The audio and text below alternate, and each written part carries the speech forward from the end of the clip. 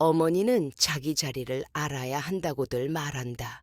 손녀의 생일 모임에서 내가 조심스럽게 의견을 내자 딸 민서는 나를 바라보며 이렇게 말했다. 엄마 의견은 필요 없어. 순간 거실 전체가 얼어붙은 듯 조용해졌다. 나는 그저 미소만 지었다.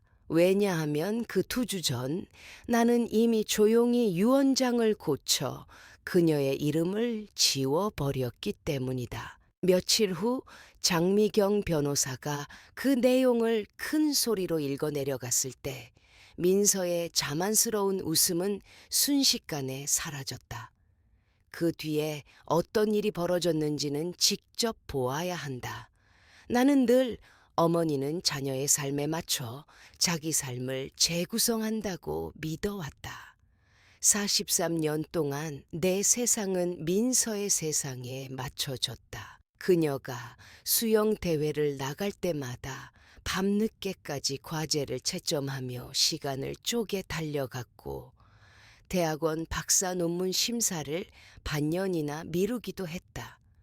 고등학교 마지막 해에 턱 수술을 받아야 했을 때였다. 그 무렵 남편 승호가 갑자기 세상을 떠났고 겨우 12살이던 민서를 위해 나는 낮에는 강의, 밤에는 학술지 편집 일을 병행했다.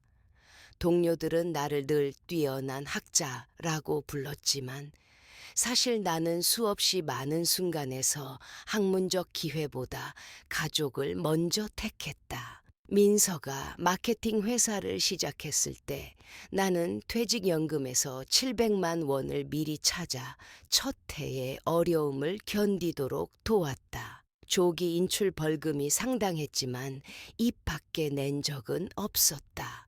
민서와 준호가 성수동에 첫 집을 마련했을 때에도 나는 평생 꿈꿔온 유학 자금을 포기하고 그 집의 계약금을 보탰다. 손녀 예진이 태어나자 나는 강의 시간을 재조정해 어린이집에 가기 전까지 주 3일을 맡아 돌봤다. 품에 안겨 잠든 예진의 머리카락에서 풍기던 그 따뜻한 냄새는 지금도 선명하다. 그 순간마다 나는 옛 자장가를 흥얼거리곤 했다. 민서가 어린 시절 그림책을 안고 무릎에 올라와 한 번 더 읽어달라고 조르던 모습.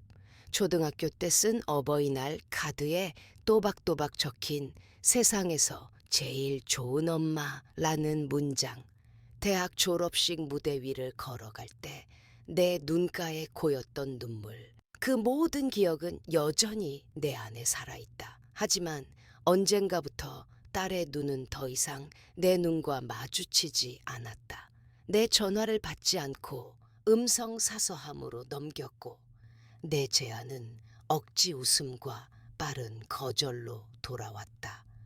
이젠 그렇게 안 해, 엄마. 하지만 내 통장은 언제나 환영받았다. 예진의 22번째 생일을 맞아 나는 3주 동안 그녀의 가장 좋아하는 푸른빛 실로 캐시미어 가디건을 떠주었다. 어쩌면 어머니라는 것은 평생 자기의 특별한 날을 미뤄두고 남의 특별한 날에 맞추어 사는 것인지도 모른다. 민서는 나를 한남동 집 현관에서 맞으며 내 옷차림을 훑어보았다. 엄마, 조금 더 젊어 보이는 걸 입을 순 없었어. 크림색 실크 블라우스와 곤색 바지. 몇 해 전 한 학회 기조연설에서 입었던 내 가장 좋은 옷이었다. 예쁘네. 나는 웃으며 말했다. 민서는 한숨을 내쉬더니 케이터링은 테라스에 있어. 모두 밖에 모여 있어 하고 돌아섰다. 나는 그녀를 따라 들어가며 현관에 걸린 값비싼 추상화를 흘깃 보았다. 손에는 예진에게 줄 손뜨개 가디건 선물 봉지가 들려 있었다. 할머니, 예진이 환하게 웃으며 다가와 품에 안겼다. 그녀의 따뜻한 천은 차가운 아침 공기를 녹였다. 22살의 예진은 승호의 키와 나의 눈을 닮았지만 그 자체로도 빛나는 온화함을 지니고 있었다. 준호도 일어나 내 볼에 인사하며 어머니, 오늘따라 건강해 보이십니다. 라고 말했다. 먼 자리에 앉아있던 서령도 고개를 끄덕이며 인사를 건넸다. 우리는 그다지 가깝지 않았지만 최소한의 예의는 지켰다. 나는 예진 옆에 빈자리에 앉았다. 가장 머리맡 민서와는 먼 자리였다. 테라스 너머 정원에는 봄꽃이 막 피어나고 있었다. 승호가 살아있었다면 이 풍경을 얼마나 좋아했을까. 할머니가 좋아하는 메뉴로 준비했어요. 에그 베네딕트예요.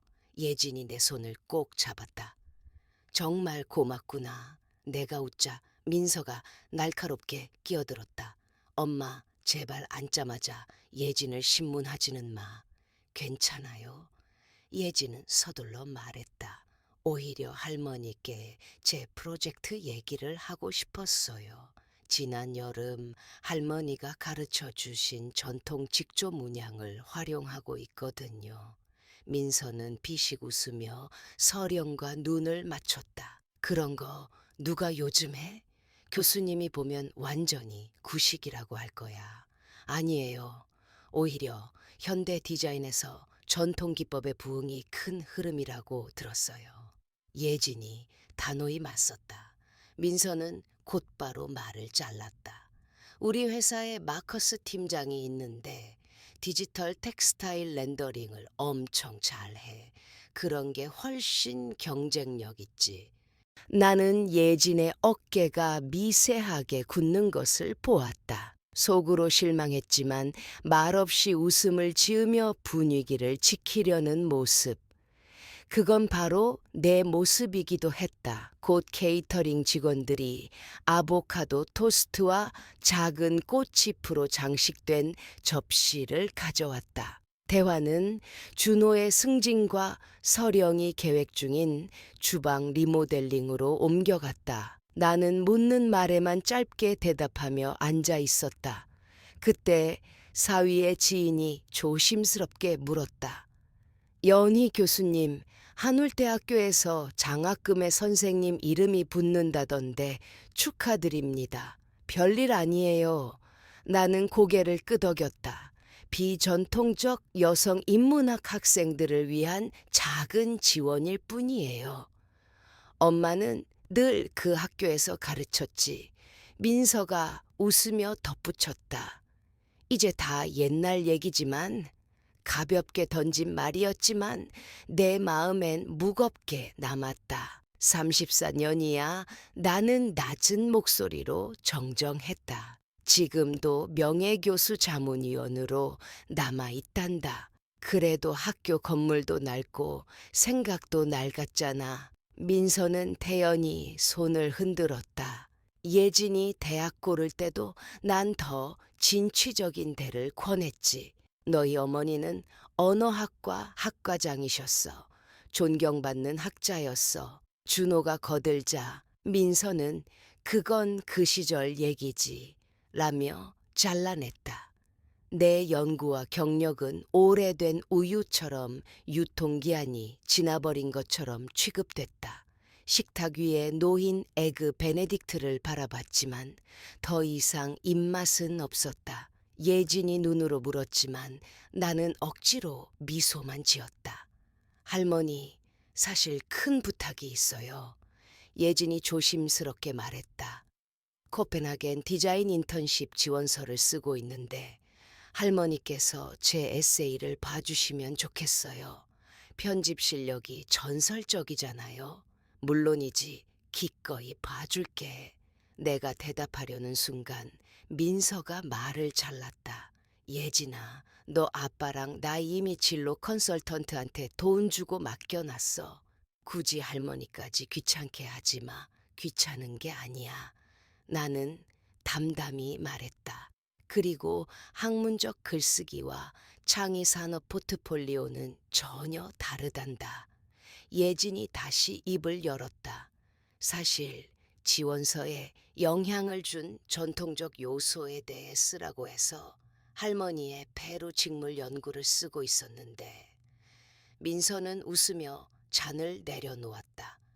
아이고, 누가 그런 오래된 직물 얘기를 보고 싶어 해.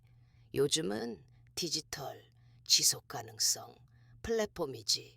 순간 식탁은 싸늘해졌다. 심지어 준호도 눈을 접시에 떨구었다. 그 직물들은 박물관에 소장될 정도로 가치 있는 작품이야. 나는 낮게 말했다. 엄마.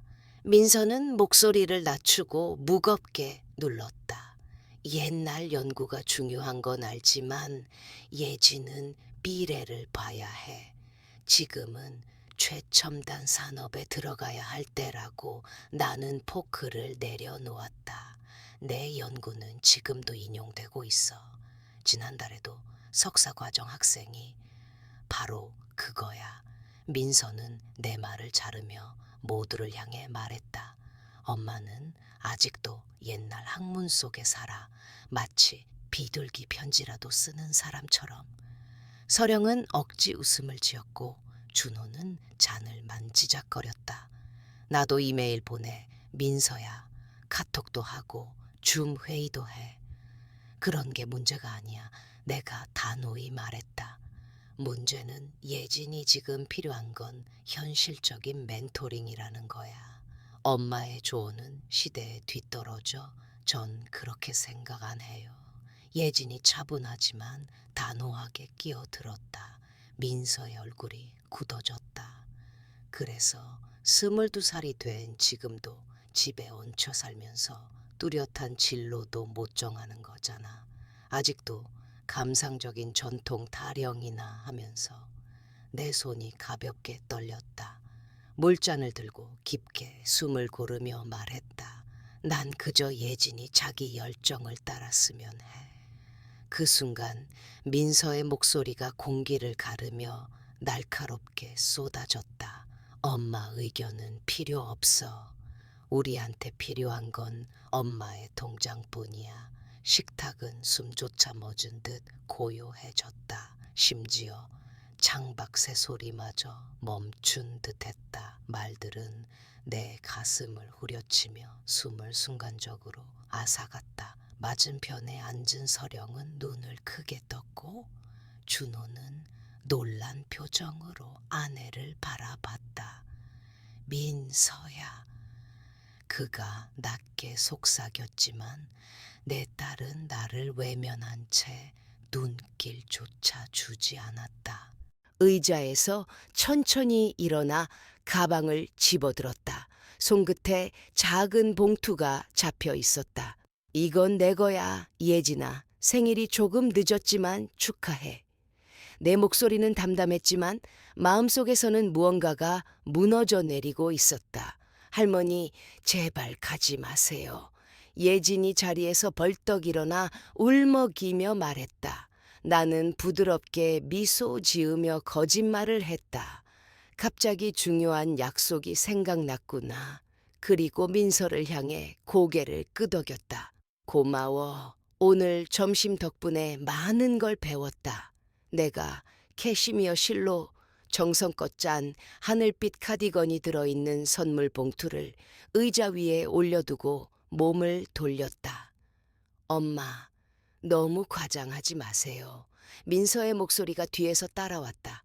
그런 의도가 아니었다는 거 알잖아요. 나는 뒤돌아보지 않고 차갑게 대답했다. 남은 어버이날 잘 보내라. 예진아, 봉투 안에 수표가 들어있다. 결국 그게 내가 필요한 전부니까. 테라스에 울려 퍼진 내 목소리는 공기를 가르며 사라졌다. 순간 새소리조차 멎은 듯 고요해졌다. 나는 체면을 지키려 애쓰며 현관을 향해 걸어갔다. 하지만 가슴은 터질 듯 뛰고 있었다. 뒤에서 들려오는 준호의 낮은 목소리와 예진의 떨리는 목소리가 점점 높아지며 뒤엉켰다. 채에 올라타 두 손으로 운전대를 움켜쥐었을 때 나는 울지 않았다.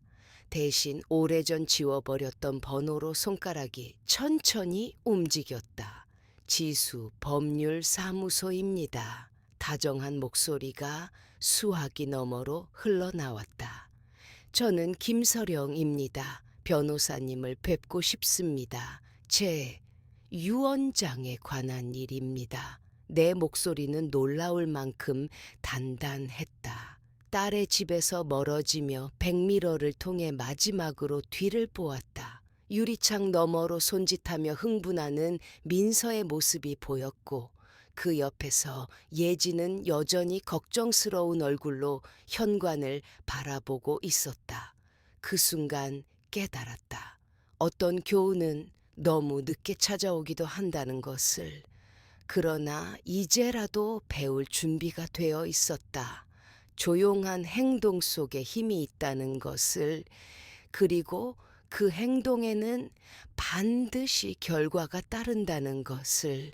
차를 몰고 집으로 돌아가는 대신 나는 한강 근처에 차를 세웠다. 노을이 비치는 강물 위로 유람선이 천천히 지나가고 있었다. 발걸음을 옮길 때마다 43년간의 어머니로서의 기억들이 파도처럼 밀려왔다. 처음 들었던 아이의 옹갈이, 무릎이 까져 울던 어린 시절, 대학 원서 접수할 때 함께한 불안한 밤들, 결혼식 날의 건배 소리.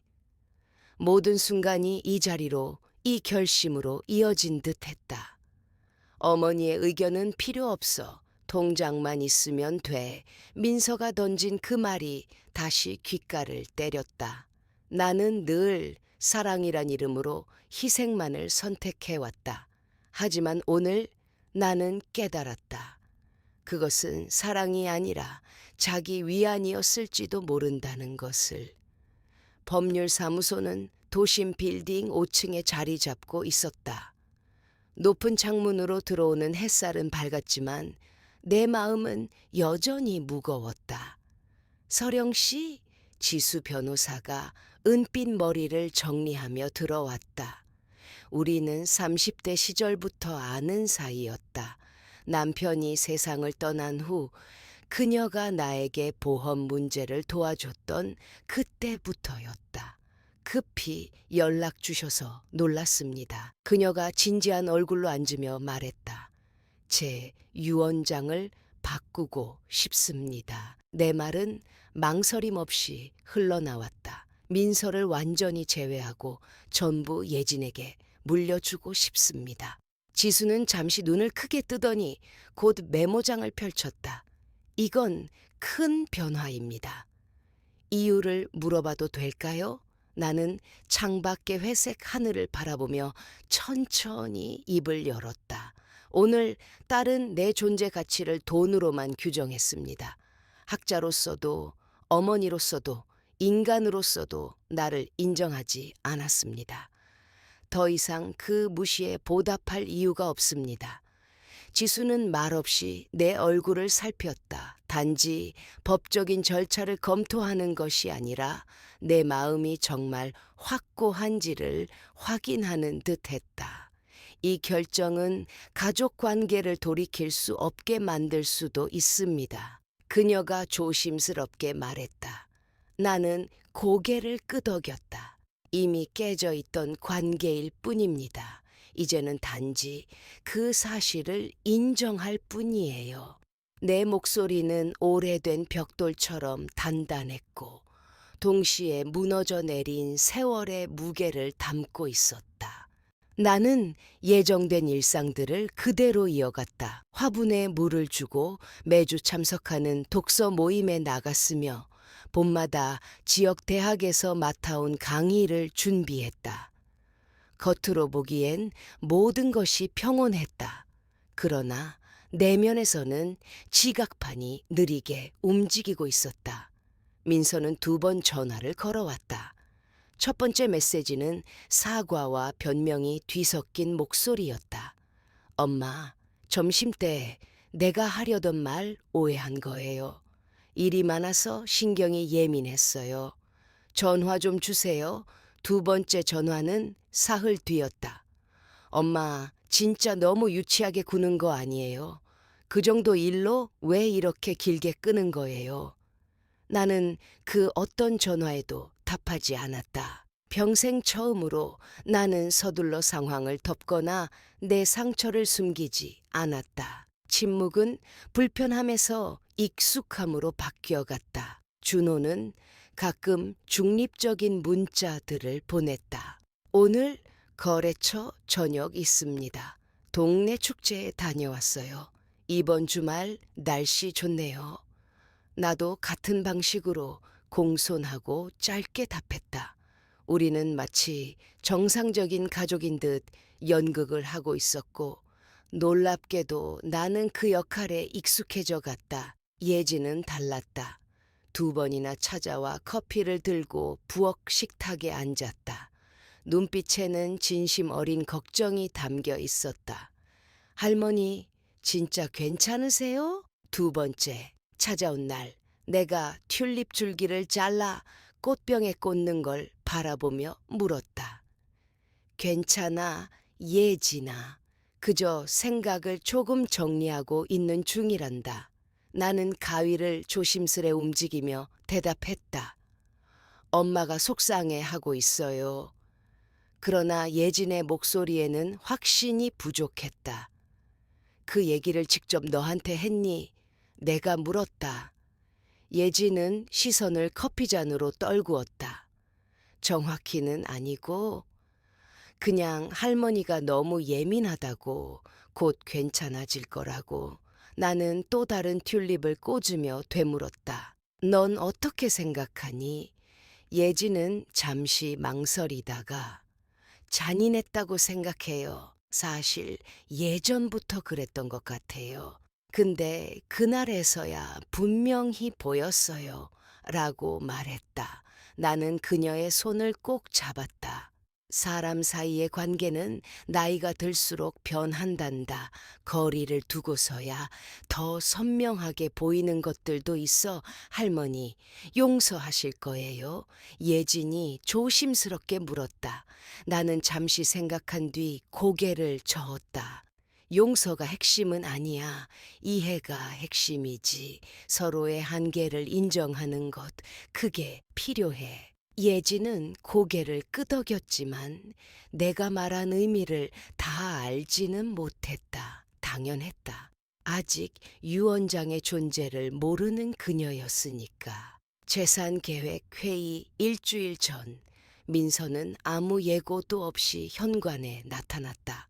언제나처럼 완벽하게 치장하고 있었다. 카디건은 명품 브랜드, 머리는 미용실에서 막 손질한 듯 반짝였다. 손에는 작은 선물 가방이 들려 있었다. 엄마, 민서는 억지로 지은 듯한 미소를 띄었다. 이제 그만해요. 화해하러 왔어요. 나는 문을 열어주고 차를 권했지만 그녀는 손사래를 쳤다. 우리는 오래된 레이스 커튼 사이로 들어오는 오후 햇살 속에서 마주 앉았다. 이거 가져왔어요. 민서가 내밀었다. 가방 안에는 값비싼 프랑스 향수가 들어있었다. 엄마가 좋아하는 그 부티크거 맞아요. 고맙구나. 나는 향수를 열어보지도 않고 옆에 내려놓았다. 이제 됐죠? 내가 사과했고 선물도 했고 그럼 끝난 거잖아요. 나는 딸의 얼굴을 똑바로 바라보았다. 내 얼굴과 닮았지만 더 날카롭고 계산적인 표정이었다. 네가 그렇게 생각하니? 민서는 과장스럽게 한숨을 쉬었다. 엄마, 그냥 주최 준비 때문에 스트레스 받았던 거예요. 괜한 소리 좀 한 거 가지고 왜 이렇게 오래 가요? 정말 괜한 소리였을까? 나는 조용히 물었다. 뭐라고요? 엄마의 의견은 필요 없고 통장만 필요하다. 그 말 진심 아니었니? 민서는 의자에서 몸을 뒤틀며 시선을 피했다. 당연히 아니죠. 그냥 순간적인 화풀이였어요. 사람의 진심은 화났을 때 드러나기도 하지. 내가 말했다. 민서의 목소리가 차갑게 변했다. 엄마, 사과하러 온 거잖아요. 왜 이렇게 받아들이세요? 아직 내 입에서 미안하다라는 말을 듣지 못했는데 민서의 볼이 붉게 달아올랐다. 알았어요. 엄마 기분 상했다면 사과드려요. 하지만 솔직히 엄마 조언은 요즘 세상에 맞지 않는 경우가 많잖아요. 세상이 바뀌었잖아요. 또다시 엄마의 시대, 운운하는 그녀의 말은 마치 내 가치가 유통기한 지난 물건처럼 느껴졌다. 시대는 변해도 존중의 기본은 변하지 않는다. 나는 단호히 말했다. 다음 주 지수 변호사 사무실에서 만나는 거 예진이한테 얘기했니? 내가 화제를 바꾸자 민서는 순간 눈을 크게 떴다. 네, 그런데 그게 무슨 상관이죠? 확인차 물어본 거야. 중요한 자리니까 모두 와야 해. 민서의 표정에 스친 짧은 불안. 엄마, 혹시 아픈 거 아니죠? 건강해. 그냥 나이 든 사람답게 정리를 해두는 거지. 그제야 그녀는 안도의 한숨을 내쉬었다. 잠시 머뭇거리더니 입술을 달싹였다. 말은 끝내 하지 않았지만 나는 속으로 읽을 수 있었다. 혹시라도 유산을 잃을까봐 준호가 여름에 유럽 여행 준비한다더라. 내가 다시 화제를 돌렸다. 민서의 눈이 반짝였다. 응, 이탈리아 생각 중이야. 아말피 해안, 토스카나. 세 주쯤 영감도 얻고 싶고 준호도 그럴 시간이 필요해. 좋겠다. 나는 진심을 담아 말했다. 그 순간만큼은 오랜만에 모녀 사이의 작은 다리가 놓인 듯했다. 그러나 그녀의 휴대전화가 울리며 순간은 산산이 깨졌다. 사무실이네. 받아야 해. 민서는 자리에서 일어나 복도로 나갔다.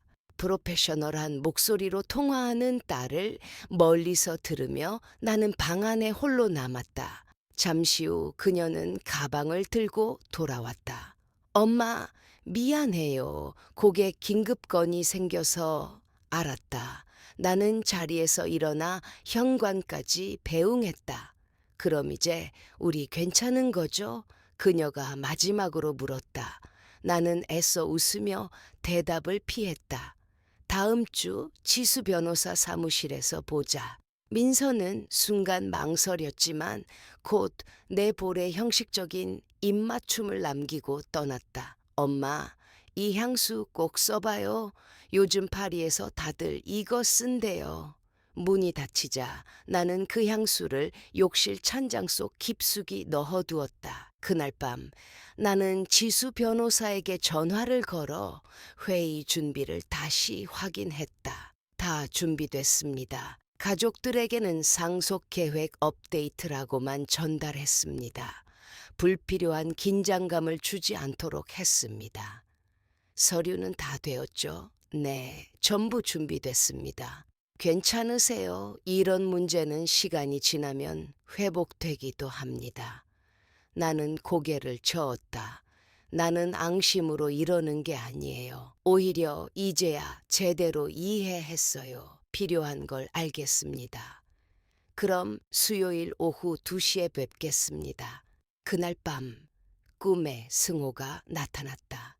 우리는 오래전 찻집의 정원을 함께 걷고 있었다. 민서가 처음 걸음을 뗀 그 마당에서 그는 40대 시절 모습 그대로였다. 검은 머리에 눈가 주름만 살짝 자리 잡은 모습. 내가 하는 일 어떻게 생각해? 내가 물었다. 그는 특유의 비뚤어진 미소를 지으며 대답했다. 마침내 네가 배웠구나. 친절하다는 건 바보같이 밟히라는 뜻이 아니라는 걸. 아침에 눈을 떴을 때 눈물이 흘렀지만 마음 한구석에는 이상한 평온이 자리했다. 다음 날 저녁 예진이 전화를 걸어왔다. 할머니, 내일 괜찮으시죠? 엄마가 긴장한 것 같아요. 괜찮아, 예진아. 그냥 서류 정리일 뿐이야. 엄마는 할머니가 우리 사이를 이간질했다고 생각하는 것 같아요. 나는 한숨을 내쉬었다. 역시 그렇구나. 내 엄마는 늘 책임을 밖에서 찾았지. 전 할머니랑 주로 디자인 얘기만 했는데요. 그게 맞아. 가족 싸움보다 내 작품 얘기가 훨씬 가치 있지. 예지는 웃었다가 이내 진지해졌다. 무슨 일이 있어도 전 할머니 사랑해요. 나도 그렇단다. 네가 생각하는 것보다 더 많이 전화를 끊고 서재에서 유언장을 다시 펼쳤다. 냉정한 법률 문구 속에는 내 의지가 선명히 담겨 있었다. 집, 연금, 희귀, 언어학 서적, 할머니에게서 물려받은 옛 보석들, 모두 예진에게, 민서에게는 아무것도. 나는 승호와 갓난아기 민서가 함께 찍힌 사진을 바라보았다. 내가 옳은 선택을 하고 있는 걸까? 속삭이자 고요 속에서 그의 대답이 들려오는 듯했다. 넌 언제나 옳은 선택을 해. 비록 쉽지 않아도 수요일 아침은 맑고도 투명했다. 봄날의 기적 같은 날씨. 나는 특별히 아껴두던 차콜빛 정장을 입고 할머니의 진주 귀걸이와 승호가 선물해준 금시계를 찾다. 과장되지 않은 그러나 의미 있는 선택이었다. 강남 법률사무소 건물 5층. 고급스럽지만 절제된 회의실에 앉자 창밖으로 남산의 능선이 뚜렷하게 보였다. 잠시 후 민서와 준호, 예진이 차례로 들어왔다. 민서는 크림색 재킷에 실크 블라우스를 걸쳐 단단히 무장한 모습, 준호는 퇴근길 직장인의 정장을 입고, 예진은 검은 원피스 차림에 포니테일을 묶어 긴장한 듯 앉았다. 엄마, 생각보다 건강해 보이네요. 민서가 어색하게 미소 지었다. 고맙다. 나는 담담히 대답했다. 앉아라. 곧 변호사가 들어올 거야. 지수 변호사가 서류를 들고 들어와 자리에 앉았다. 오늘 모임은 김서령님의 상속계획 갱신과 관련한 중요한 업데이트를 공유하기 위한 자리입니다. 민서가 손목시계를 흘깃 보며 중얼거렸다. 정말 이렇게까지 해야 해요? 그냥 문서 보내주면 되잖아요. 이건 직접 설명이 필요한 사안입니다. 지수는 부드럽지만 단호히 말했다. 잠시 후 그녀가 유언장을 읽기 시작했다. 이번 유언장은 3주 전 모든 이전 문서를 대체하는 것으로 효력을 가집니다. 나는 민서의 얼굴을 주시했다. 그녀의 눈이 순간 가늘어지더니 곧 표정이 굳어졌다. 상속재산의 전부, 부동산, 금융자산, 개인 소장품, 모든 것은 손녀 이혜진 양에게 상속됩니다. 회의실이 얼어붙은 듯 고요해졌다. 예진은 충격에 눈을 크게 떴고 준호는 놀란 듯 눈썹을 치켜 올렸다. 그러나 내가 가장 지켜본 건 민서였다. 그녀의 얼굴은 멈춘 듯 얼어붙었다가 곧 일그러지며 다시 단단히 굳어졌다. 마침내 입을 열었다. 틀린 거예요. 무슨 실수한 거잖아요. 중간 부분을 건너뛰신 거죠. 장 변호사는 담담하게 고개를 저었다. 아닙니다. 오류가 없어요. 3번째 조항에 명시되어 있습니다. 딸 이민서에 대한 유증은 두지 않는다. 이는 실수나 누락이 아니라 고의적 선택이다. 민서의 볼이 붉게 달아올랐다. 말도 안 돼요. 엄마, 이게 도대체 뭐예요? 나는 딸을 똑바로 바라보았다. 보이는 그대로다. 민서야. 전 재산을 예진이에게 남기겠다고요? 왜요? 점심때 한마디 한 것 때문에? 정말 치사하시네요. 한마디가 아니었어. 내 목소리는 낮고 고요했지만 단단했다. 수년간의 무시가 그 한순간에 명료해졌을 뿐이지. 나를 돈으로만 본다는 걸 분명히 했으니 나도 재정적인 결정으로 답했을 뿐이야. 할머니, 예진이 창백한 얼굴로 중간에 끼어들었다. 전 이해가 안 돼요. 저는 이런 걸 원한 적이 없어요. 알고 있단다. 나는 부드럽게 말했다. 네가 원해서가 아니야. 누가 정말로 내 것이 지식과 경험, 시각이 가치가 있다고 여기는지 그걸 인정하는 문제야. 통장만이 아니라 미쳤네요, 진짜. 민서의 목소리는 거의 비명에 가까워졌다. 저는 엄마의 유일한 딸이에요. 그래. 그리고 나는 내 인생 내내 너를 도왔다. 학비도, 사업도, 집도 기꺼이 주었다. 하지만 나를 돈줄로만 보는 사람에게 내 유산을 남기진 않을 거야. 준호가 조심스레 민서의 팔에 손을 얹었다. 진정하자. 우리 차분히. 나더러 진정하라고 하지 마. 민서는 손을 뿌리쳤다. 엄마가 충동적으로 던진 한마디 때문에 나를 상속에서 빼겠대. 그게 말이 돼요? 정말 그 한마디 때문이라고 생각하니 나는 여전히 목소리를 높이지 않았다. 그럼 뭐 때문인데요?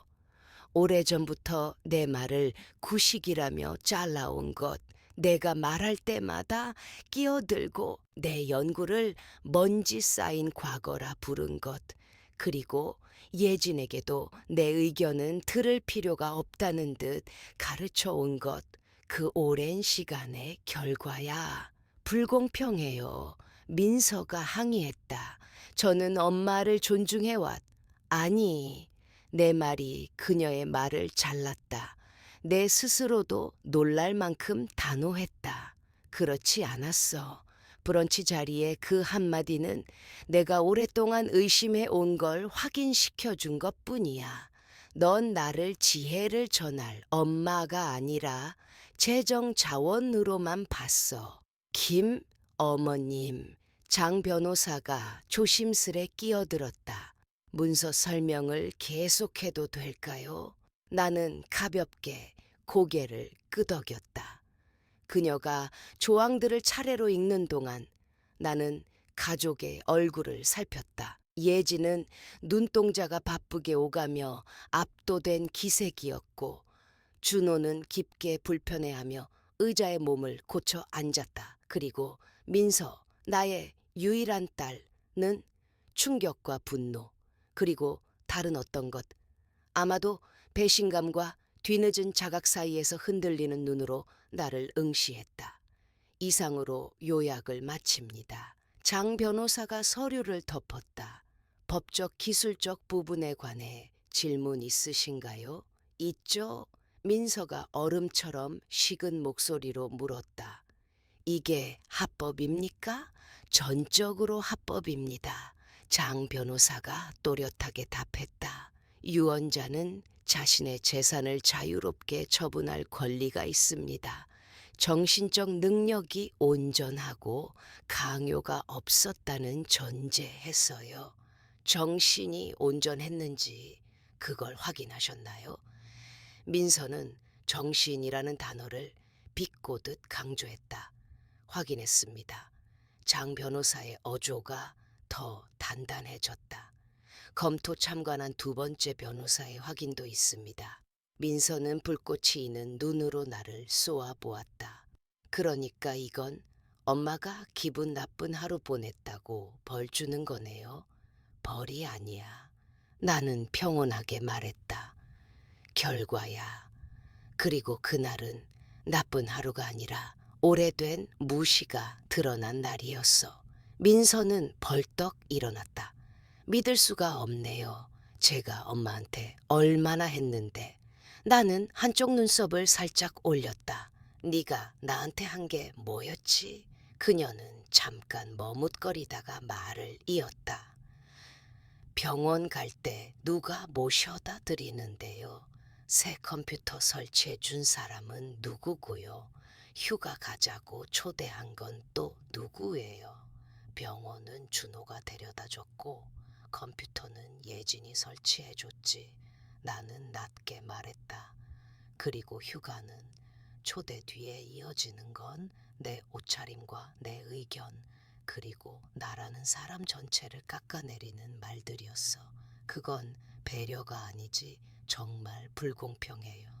민서는 가방을 움켜쥐었다. 준호, 가요. 우리 엄마 제정신이 아니에요. 이 모욕 더 못 견디겠어. 준호는 잠시 나와 민서를 번갈아 보았다. 가도 좋다. 나는 부드럽게 말했다. 준호 씨, 우리는 다른 때에 이야기할 수 있어. 그는 난감한 표정으로 천천히 일어났다. 부디 재고해 주세요. 가족은 서로를 존중해야 하지. 내가 마무리했다. 그건 협상의 대상이 아니야. 민서는 이미 문 앞에 서 있었다. 예진, 같이 가. 예진은 커다란 눈으로 나를 바라보았다. 할머니 뭐라 말해야 할지. 지금은 아무 말도 필요 없단다. 나는 다정하게 고개를 끄덕였다. 나중에 얘기하자. 지금은 부모님과 함께 가. 정말 괜찮으세요? 괜찮아. 나는 확신에 찬 목소리로 말했다. 이건 너를 가운데 세우기 위한 게 아니야. 옳은 일을 바로잡는 과정이야. 그들이 나가려던 순간 민서는 몸을 돌려 날카롭게 말했다. 끝난 줄 알아요? 후회하게 될 거예요. 문이 닫히고 회의실엔 정막이 내려앉았다. 장 변호사는 조용히 서류를 정리하며 내 고요를 존중해 주었다. 예상하신 대로 흘렀네요. 내가 입을 열었다. 오늘 정말 침착하게 대응하셨어요. 장 변호사가 미소 지었다. 괜찮으세요? 나는 잠시 스스로에게 물었다. 응, 내 목소리는 놀랍도록 흔들림이 없었다. 오랜만에 정말 괜찮아. 저녁 햇살이 골목길을 금빛으로 물들일 때 나는 집으로 돌아왔다.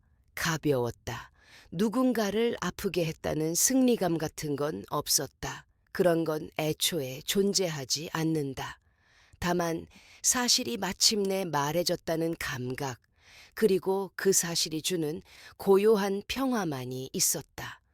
그날 밤 전화가 몇 차례 울렸다. 예진에게서 2통, 준회에게서 1통, 모두 음성 사서함으로 넘겼다. 소화할 시간이 필요했다. 민서에게서의 전화는 없었다.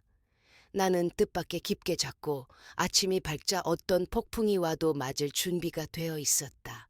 가장 어려운 부분은 끝났다. 유언장은 읽혔고 침묵은 깨졌다. 이제 각자 진실과 함께 살아야 했다. 회의 이후의 나날은 마치 모두가 대사를 잊어버린 연극 같았다. 내 휴대전화는 과도한 폭주와 불길한 침묵을 오갔다.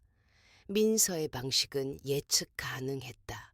독설로 가득한 음성 메시지, 노망 났다는 말까지를 남긴 뒤 완전한 무응답으로 돌아섰다.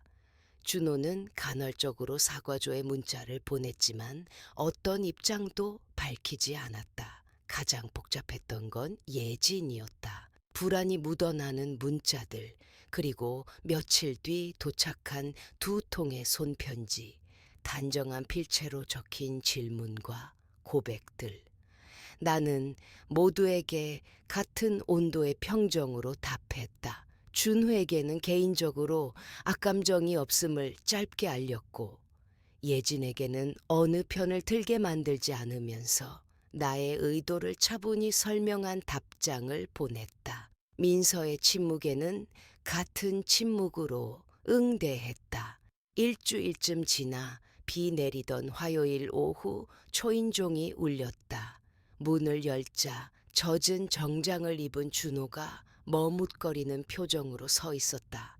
혹시 불편하지 않으시면 들어오세요. 나는 한 걸음 물러섰다. 그가 부엌까지 따라 들어왔다. 장신의 몸이 내 소박한 집에 조금은 어색하게 서 있었다. 민서는 제가 온 거 몰라요. 그럴 거라 생각했어요. 주전자를 올리며 대답했다. 요즘 어때요? 그는 수적은 머리를 쓰다듬었다. 화가 나 있고 상처받았고 혼란스러워요. 변호사 셋이나 만나봤어요. 그렇겠죠? 뭐라고들 하던가요? 성공적으로 다투기 어렵다고. 하지만 그래도 해보겠대요. 민서답네. 나는 찻잔을 내려놓았다. 한계를 우아하게 받아들이는 건 늘 어려웠지. 준호는 쓴웃음을 지었다. 정말 그렇죠. 게다가 요즘 회사도 안 좋아요. 큰 고객 두 곳이 빠졌어요. 나는 고개만 끄덕였다. 딸의 어려움이 즐겁지는 않았다. 하지만 그걸 해결하는 게 더는 내 몫이 아니라는 것도 분명해지고 있었다. 수십 년 만에 처음 느끼는 분리감, 그리고 해방감. 차를 따른 뒤 준호가 입을 열었다. 그날 점심에 전 아무 말도 못했어요. 했어야 했는데. 그래, 나는 담담히 수긍했다. 했어야 했지.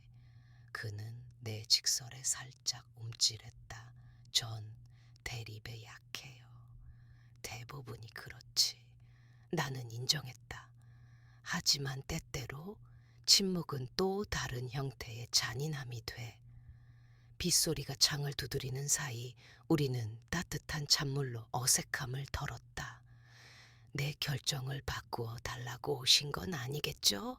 내가 물었다. 아니에요. 이해하려고요. 전 왜 그러셨는지 알 것 같아요. 정말로? 그는 천천히 고개를 끄덕였다. 민서가 어머님을 어떻게 대하는지 오래 봐왔어요. 말해보려 해도 내 말도 잘났구나. 내 말처럼 네. 그는 한숨을 쉬었다. 그래도 전 그녀를 사랑해요. 나도 그래. 나는 조용히 말했다. 사랑이 문제였던 적은 없어. 그럼 문제는 뭘까요? 형벌이 아니라 결과라는 걸 이해해야 해. 나는 말을 고르고 또 골랐다. 민서는 오랫동안 나를 낮춰도 아무 일도 없을 거라 여겼지. 그런데 이번엔 아니었다. 나는 그가 내 존재를 지운 방식 그대로 나도 그를 상속에서 지웠다. 그것뿐이야. 준호는 찻잔을 내려다 보았다. 예진이는 가운데 끼어버렸죠. 알아. 나는 고개를 끄덕였다. 그게 내 의도는 아니었어. 예진을 택한 건 그 아이가 내 사람됨과 시각을 존중했기 때문이지 분열을 만들려는 의도가 아니었어. 하지만 결과적으로는 갈라졌죠. 내가 만든 게 아니야. 나는 조용히 정정했다. 이미 있던 금이 드러났을 뿐. 그가 돌아가려 문가에 섰을 때 말했다. 7월 유럽 여행, 민서가 강행하려 해요. 이탈리아 3주. 우리한테 필요하대요. 잘 다녀오길. 나는 딸이 말하던 아말피의 바다를 떠올렸다. 근데 재정적으로 빠듯해요. 특히 회사가 이래서. 사실 그녀는 내 도움이 있을 거라 기대했겠지. 내가 마무리했다. 준호의 얼굴에 부끄러움이 스쳤다. 그래, 아마 그게 내가 말로 설명하는 것보다 더 분명한 답일 거야. 그가 떠난 뒤 나는 서재에 앉아 방금의 대화를 곱씹었다. 딸의 공영에서 안도도 쾌감도 느끼지 않았다. 다만 책임의 경계를 처음으로 분명히 세웠다는 조용한 실감만이 있었다. 이것은 벌이 아니라 현실이었다. 다음 날 예진이 지친 낯빛으로 찾아와 부엌 식탁에 앉았다. 엄마, 유언장 다툼 생각하고 있어요. 변호사세를 만났다네요. 그럴 줄 알았단다. 나는 아이스티를 건넸다. 다들 질 가능성이 크대요. 그런데도 할머니가 제정신 아니었다고 믿고 싶어 해요. 나는 씁쓸하게 웃었다. 내 엄마는 늘 자기 선회에 맞게 현실을 덧칠하는데 능숙하지. 예진이 목소리를 낮췄다. 할머니, 전 돈 필요 없어요. 나는 손을 뻗어 그녀의 손등을 덮었다. 돈의 문제가 아니야, 예진아. 네가 가진 가치를 인정하는 문제지. 그래도 마음이 불편해요. 제가 뭘 해서 이런 걸 받아야 하는지. 네가 함께 있어. 나는 천천히 말했다. 나를 한 사람으로 경험과 관점을 가진 존재로 대해줬지. 그건 충분히 인정받아야 할 태도야. 예지는 고개를 저었다. 근데 너무 아파요. 아빠 말로는 엄마가 거의 못 잔다네요. 울고 화내고 또 아무렇지 않은 척하고 넌 어떠니? 갈라지는 느낌이에요. 할머니가 왜 그러셨는지 이해해요. 엄마에게도 경종이 필요했다는 것도. 근데 너무 최종 같아서 무서워요. 최종일 필요는 없어. 나는 부드럽게 말했다. 상황이 바뀌면 유원장은 언제든 다시 바꿀 수 있단다. 예진의 눈에 희망이 비쳤다. 그럼 엄마가 정말 사과하면요, 진심으로 시작은 될 거야. 하지만 진짜 변화는 말보다 지속된 행동에서 증명돼야 해. 그럼 고려해 주실 거죠? 진정성 있는 시도라면 항상 고려할 거야. 나는 약속했다. 이 결정은 가벼이 내린 게 아니지만 고집으로 붙들고 있을 생각도 없어. 예지는 한결 가벼워진 표정으로 돌아갔다. 떠나기 전 나를 꼭 안고 속삭였다. 지금 일들 슬프지만 할머니가 스스로를 지킨 건 슬프지 않아요. 그 말은 그녀가 떠난 뒤에도 오랫동안 내 안에 남았다. 스스로를 지키는 일, 그 단순한 진실을 온전히 배우는데 내겐 70년이 걸렸다. 이틀 뒤 민서 측 변호사 명의의 내용 증명이 도착했다. 부당한 영향과 판단 능력 결여를 이유로 유언을 다툴 수도 있다는 통지였다. 나는 그것을 장 변호사에게 보냈다. 그녀는 담담하게 전화로 말했다. 흔한 초동 압박입니다. 실질 농어는 없어요. 협박으로 의사 번복을 유도하려는 거죠. 소송까지 가면요.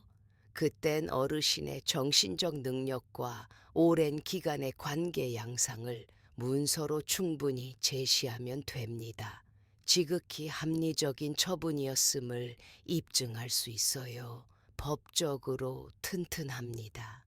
나는 고맙다고 인사하고 전화를 끊었다. 이상하리만치 그 모든 법적 공방은 내 삶에서 한 발짝 떨어져 있는 풍경처럼 느껴졌다. 감정의 싸움은 서류와 절차의 영역으로 옮겨갔고 그 사실이 주는 묘한 평온이 있었다.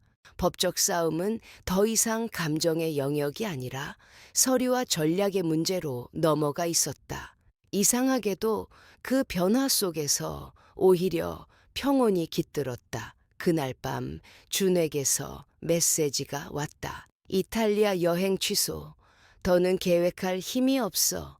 오늘 또 고객 하나 잃었어. 나는 곧바로 답하지 않았다. 그가 원하는 게 죄책감인지 동정심인지 단순한 알림인지 알 수 없었다. 잠시 생각한 끝에 단 한 줄만 보냈다. 안타깝네. 곧 나아지길 바란다. 곧바로 답이 돌아왔다. 민서는 힘들어하면서도 자존심 때문에 도와달라고 못해. 손 내밀지 못하는 거지. 이번엔 답하지 않았다. 화해가 필요하다면 그것은 준호를 통한 우회로가 아니라 민서 스스로의 입으로 와야 했다. 여름이 본격적으로 무르익자 나는 정원에 더 많은 시간을 보냈다. 친구들과 점심을 함께하고 지역 대학에서 강의도 계속했다. 겉보기에 평범한 일상이었지만 나에겐 혁명처럼 느껴졌다. 민서의 기대에서 벗어난 삶, 돈과 감정적 보살핌을 당연히 요구받지 않는 삶, 그것은 완전한 행복은 아니었다. 너무 많은 상처가 여전히 남아 있었으니까. 하지만 그것은 평화였다. 진실을 말하고 나서 오는 어떤 결과든 감내할 수 있는 평화. 꽃이 만발하던 7월 정원 한 구석에서 나는 새로운 뿌리가 자라는 것을 느꼈다. 옛 방식으로 돌아가는 희망이 아니라 무너진 틈에서 새로이 피어날 수 있는 무언가. 억지 의무가 아닌 상호 존중에 기반한 관계. 그것이 끝내 꽃필지 시들지는 알 수 없었지만 나는 오래 기다려보기로 했다. 8월 서울의 여름 하늘은 드물게 맑았다. 장미가 예년보다 훨씬 잘 피어났고 가지치기를 하면서 삶의 은유를 떠올렸다. 어떤 가지는 잘라내야만 더 건강하게 자랄 수 있고 어떤 꽃은 간격을 두어야만 빛을 받는다. 모든 것엔 돌봄과 공간이 필요했다. 유언장이 공개된 지 석 달, 민서가 의뢰한 변호사들의 법적 시도는 장 변호사가 제출한 방대한 자료 앞에서 흔적도 없이 무너졌다. 예지는 나에게 전해주었다. 엄마가 법적으로는 더는 방법이 없다는 걸 인정했어요. 그래도 감정적으로는 여전히 받아들이지 못하는 것 같아요. 주변 사람들한테 엄마가 신경소외약에 걸린 것 같다거나 누군가 나쁜 영향을 줬다고 말하고 다녀요. 나는 약하게 웃었다. 사실을 인정하는 것보다 변명하는 게 더 쉽겠지. 예지는 한숨을 쉬었다. 회사도 요즘 상황이 안 좋아요. 고객 넷이나 잃었대요. 아빠 말로는 엄마가 밤에 잠도 못 잔다네요. 나는 고개를 끄덕였지만 더 묻지 않았다.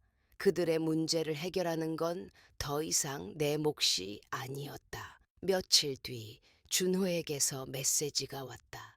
민서가 당신을 만나고 싶대요. 내일 오전 10시. 커피 괜찮으세요? 나는 오랜 시간 고민했다.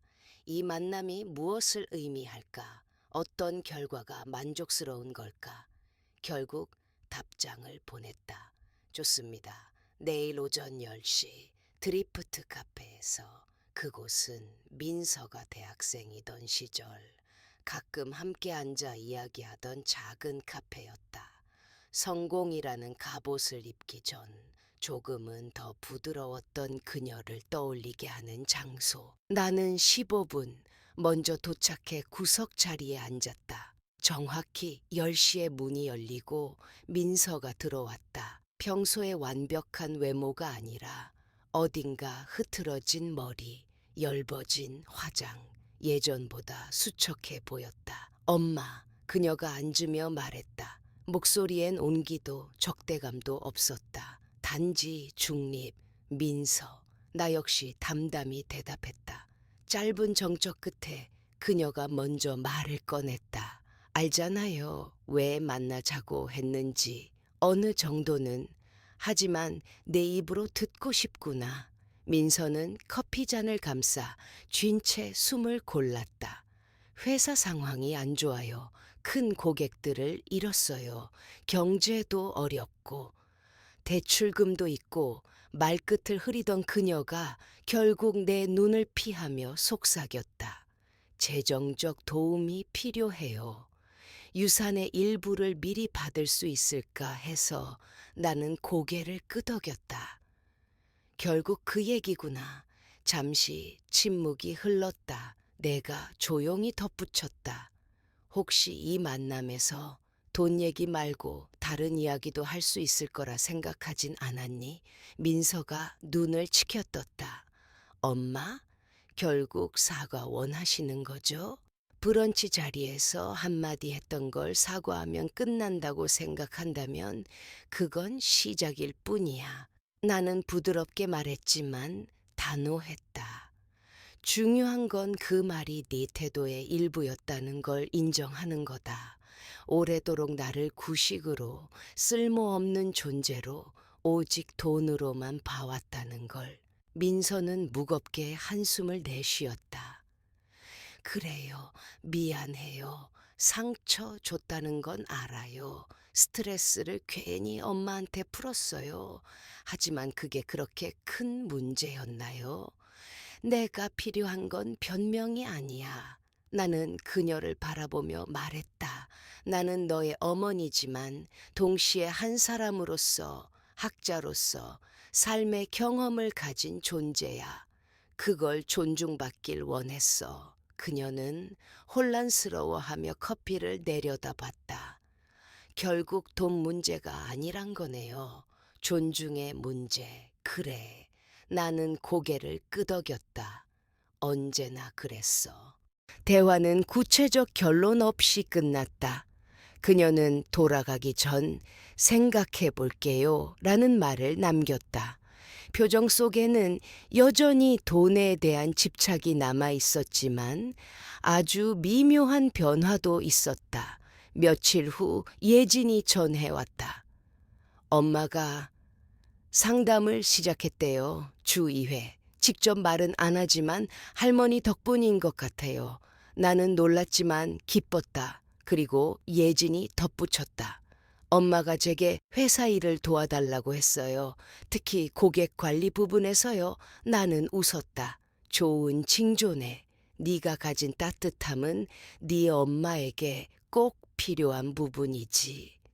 가을이 다가오면서 예진과 나는 장학재단 준비를 시작했다. 내 학문적 경력과 예진의 신선한 시각을 합쳐 언어학을 공부하는 학생들을 돕는 기금을 설립하기로 했다. 그 작업을 함께 하면서 나는 오랜만에 새로운 활력을 느꼈다. 몇 주 뒤 민서에게서 작은 소포가 도착했다. 오래된 사진 한 장이 액자에 담겨 있었다.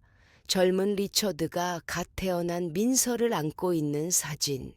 내 옆엔 환한 미소를 짓고 있는 내가 있었다. 짧은 메모가 붙어 있었다. 창고 정리하다 찾았어요. 엄마가 좋아할 것 같아서. 그리고 엄마 책 조금 읽어봤어요. 몰랐던 게 많네요. 완전한 화해는 아니었다.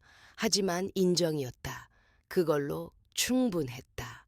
가을의 끝, 대학에서 열린 작은 장학기금 설립 행사에서 나는 내 업적에 대해 소개를 들었고 뒤편에 서 있던 민서가 그 말을 들으며 미묘하게 변하는 표정을 보았다. 오랜만에 그녀의 눈에 번진 것은 아마도 자부심 혹은 적어도 인정이었다. 행사가 끝나고 함께 석양 아래 서 있을 때 민서가 낮게 말했다. 엄마가 말한 게 뭔지 이제 조금 알 것 같아요. 존중받고 싶다는 말. 나는 조용히 고개를 끄덕였다. 늦었지만 지금이라도 볼 수 있다면 충분해. 그녀는 내 눈을 피하며 속삭였다. 노력해 볼게요. 그날 집으로 돌아오는 길, 가로수 잎은 서서히 붉고 노랗게 물들고 있었다. 변화는 갑작스러운 폭풍처럼 오지 않았다. 오히려 천천히, 그러나 확실히 색을 바꾸는 계절처럼 다가왔다. 나는 존엄을 되찾았고 목소리를 되찾았으며 어머니라는 역할을 넘어 한 사람으로서의 나를 회복했다. 그리고 어쩌면 그 과정을 통해 민서 역시 새로운 무언가를 회복할 기회를 얻었을지 모른다. 변화는 더딜 것이다. 어쩌면 완전히 이루어지지 않을 수도 있다. 하지만 처음으로 나는 그 가능성을 희망할 수 있었다.